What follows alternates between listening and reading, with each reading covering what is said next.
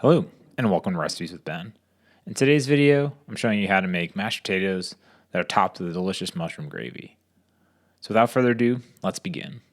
The potato of choice for making mashed potatoes in this recipe is 2 russet potatoes and 2 Yukon gold potatoes, as the russet potato will add great texture from the skin, and the Yukon will add a nice creaminess to the final product.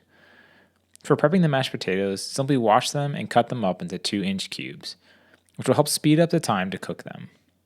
Then place the potatoes in a large pot and cover the potatoes with water until all the potatoes are completely covered. Then turn the heat to high and bring the water to a boil. Now let the potatoes cook in the boiling water until they're soft and tender to the touch, and when you pull them out of the water with a spoon and press it down with a fork, the skin should start to come away from the potato, and that will show that they're done and ready for mashing.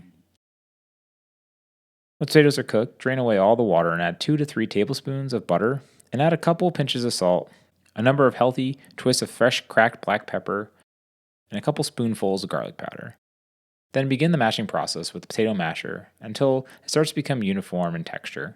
Then, to increase the creaminess of the potatoes, add in a little bit of oat milk and continue to use the masher until the milk is fully incorporated into the potatoes. Then at this time, it's best to give the potatoes a quick seasoning taste test and adjust to your preferences. So for me, when I tried them, I thought they needed a little bit more black pepper, so I added some in, and then I set them aside with the lid on top to keep them warm, and I moved on to make the mushroom gravy. For the gravy, it starts with 4 baby portabella mushrooms that we'll begin by cutting into 4 pieces and removing the bottoms of the stem. Then cut up all the mushrooms into smaller pieces by cutting the caps lengthwise and then cutting them perpendicular, and then repeating this with all the rest of the mushrooms until they're all diced up tiny. Then add 2 tablespoons of butter to a medium saucepan and heat the pan over medium heat. Once the butter begins to melt, add in all the mushrooms and begin to reduce down those mushrooms. You want to continue to cook them in the butter until they're all nice and brown. And now it's time for the next step in the gravy. Now gravies are mostly made up of 3 main ingredients that include fat, flour, and some kind of stock. So add some flour to coat the mushrooms, maybe about 2 spoonfuls full, and then continue to saute the mushrooms in the flour for about 30 seconds.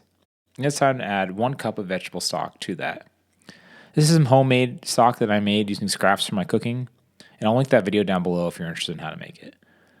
Next, add in a pinch of salt and crack in some fresh black pepper to help the gravy, and to increase that umami flavor that comes from the mushrooms, add a couple dashes of soy sauce at this point. Then reduce the heat to medium-low and continue to heat the gravy until it's a desired thickness.